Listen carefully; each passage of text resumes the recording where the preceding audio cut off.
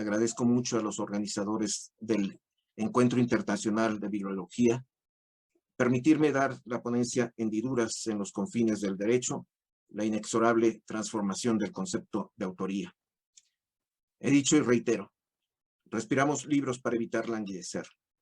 Los tenemos en nuestra vida, no porque nos recuerden la propia vida. Es decir, que hubo personas que sintieron o pensaron algo que juzgaron digno y nos lo dejaron dentro de unas como botellas de cristal selladas y arrojadas al mar de los siglos. Los libros para algunos son más que esa evocación, son vida. Hay personas que vivimos entre libros, nos agotamos por los libros y tenemos una reserva inagotable de aliento para cualquier asunto libresco. No somos mejor ni peor que los que no leen. No podemos vanagloriarnos ante ellos o lamentar su situación. Sin embargo, festejamos como nadie un buen libro. El derecho de autor puede ser visto como una herramienta, una obligación, algo que debemos observar, o también puede ser visto como un instrumento. Se puede tomar, por supuesto, como una mera obligación, hasta fastidiosa, pero eso nos limita. Instrumentar es poner todos los recursos para lograr un fin. A la manera de los instrumentos musicales, el derecho de autor bien tutelado busca la armonía entre los intereses de los creadores y los empresarios de la cultura. Y es que la cultura del libro, la cultura editorial, ha buscado la armonía de los contrarios. Es el equilibrio entre contenido y continente, texto y materialidad, venta y gusto, espíritu de la letra y letra, oscura tipografía y claridad del papel, ánimo de lucro y ánimo del saber. Ya lo decía Roger Chartier, que un autor no hace libros, hace textos que un editor convierte en libros. Tenemos un mundo líquido en el sentido de Zygmunt Bauman, en el que las cosas no se quedan fijas, son altamente cambiantes. Si algo nos enseñó la pandemia, es que la tecnología posibilitó el confinamiento de gran parte de la sociedad. El ambiente de sufrimiento y funebría ha sido acompañado de la tecnologización de la sociedad. Impulsó las prácticas de gestión horizontal, autoaprendizaje, experimentación y exploración. Por el teletrabajo y la teleeducación no nos quedamos encallados. Los últimos meses se ha acelerado la pantallización de la sociedad, el aprendizaje a distancia y el comercio electrónico. Como Lev Manovich lo previó, el software tomó el mando. Debemos contar ahora con una convivencia virtual, una educación extendida y una economía de plataformas. Gracias al comercio electrónico, el año 2020 trajo un récord histórico de venta de libros. En Estados Unidos el crecimiento fue de 8%, en Gran Bretaña de 5% y en Italia de 2.4%. En España hubo una caída de 7% y en México de 30%. Pero eso es aparte. La ciberedición, los catálogos en línea, las ferias virtuales y los epitextos virtuales se han ido perfeccionando. 2020 significó un gran aumento en la venta de libros en formato digital en lengua española. Llevamos, por supuesto, más de una década en ascenso, pero según el informe anual del libro digital 2020 presentado por Libranda, que es una distribuidora de contenidos digitales y editoriales en lengua española en todo el mundo, el incremento fue de 37% frente a los datos de 2019. En unidades, el negocio creció 48%. Nuestro tiempo es tiempo de hiperconectividad, hipermedismo, reticulación, multidimensionalidad, omnicanalidad, pantallización, gamificación, desintermediación, hibridación, hiperlectura, multialfabetismo, proconsumo, tecnología holográfica, realidad aumentada y realidad enriquecida. Debemos considerar la ubicuidad del aprendizaje y la lectura, los entornos personales de aprendizaje, el aprendizaje colaborativo, las experiencias multimodales, las redes de conocimiento, las redes de lectura, las audiencias interactivas, la creación colaborativa, la cibercultura, el conexionismo, el diseño empático, las comunidades anfibias, el servicio de curaduría de datos, la transmediación, la transdisciplinariedad, el paso de la página estática a la página líquida y también la autoría automática, es decir, la actividad de entidades robóticas creativas, lo que tiene que ver con genética de máquinas, autorreprogramación, inteligencia artificial y sistemas expertos. La historia del libro ha sido la del descubrimiento del autor, después de la figura del editor, del derecho de autor mismo y de los bienes intangibles.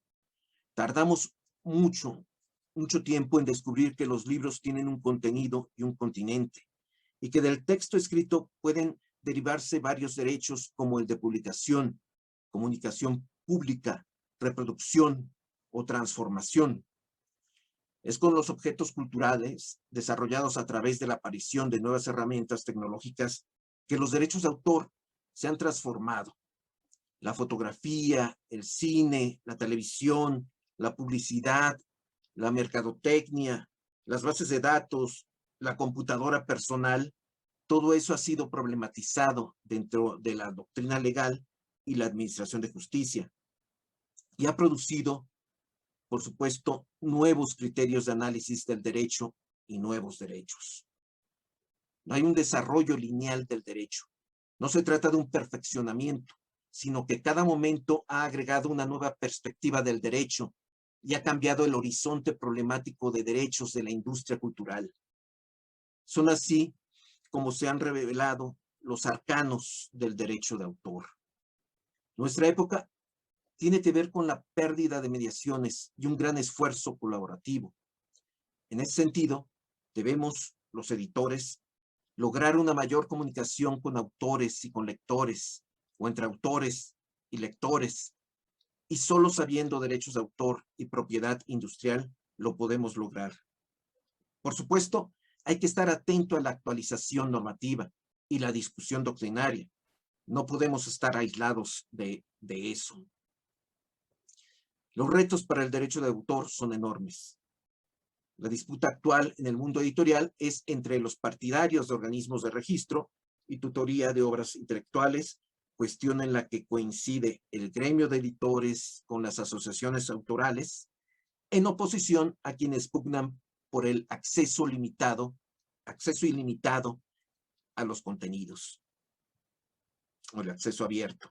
Hay una tendencia a apretar las tuercas de los controles del derecho de autor.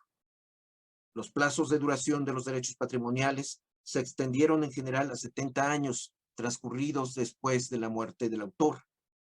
En México, eso se alargó a 100 años. Hace tiempo que muchos países cobran un canon por el uso de aparatos que permiten la reprografía, el préstamo bibliotecario e incluso el intercambio digital de documentos. Se advierte una homologación de las legislaciones heredadas de la tradición latina con el sistema copyright y los criterios jurídicos, así como la claudicación de valores regionales ante las necesidades globales.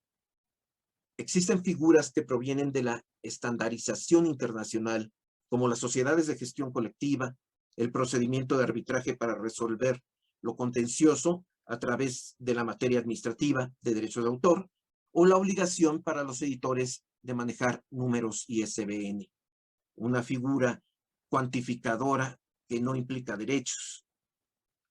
De hecho, hay una tendencia a sacar la impartición de justicia en materia de derechos de autor de las esferas jurisdiccionales y pasarla a autoridades administrativas.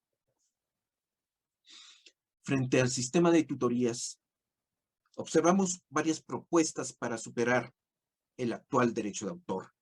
Copyleft es una aplicación que permite a los autores ceder los derechos que quieran. Las licencias Creative Commons o bienes comunes creativos, ideadas por Lawrence Lessig, permiten la copia de una obra en las condiciones que decida el autor, por lo general de manera gratuita, siempre que no haya un ánimo de lucro y haya referencias al autor. Josh Myers en Un mundo sin copyright, dice que Creative Commons es una solución transitoria, que lo primero que hay que hacer es eliminar el sistema copyright. El mismo Smair es coautor con Marieke van Schildel del libro Imagine no copyright, donde se propone sustituir el sistema copyright por la implementación de un periodo de usufructo de la obra con la ventaja competitiva del lanzamiento. Pasado un año, todo sería de dominio público. Jesús Gómez y Javier Torres, en el copyright en cuestión, apuntan hacia prácticas de consumo de soportes digitales que concilian los intereses de autores, editores y lectores. Hay propuestas menos convencionales como la anomía de textos, en la que prevalecen los derechos grupales sobre cualquier derecho individual. El movimiento del plagio creativo, que postula que la copia es un instrumento válido de creación. La corriente de la ética hacker, que ve en la contracultura una condición del desarrollo social. Y el anti-copyright, que usa el signo copyright anulado con una diagonal y permite el uso total de la obra. Es un dominio público voluntario.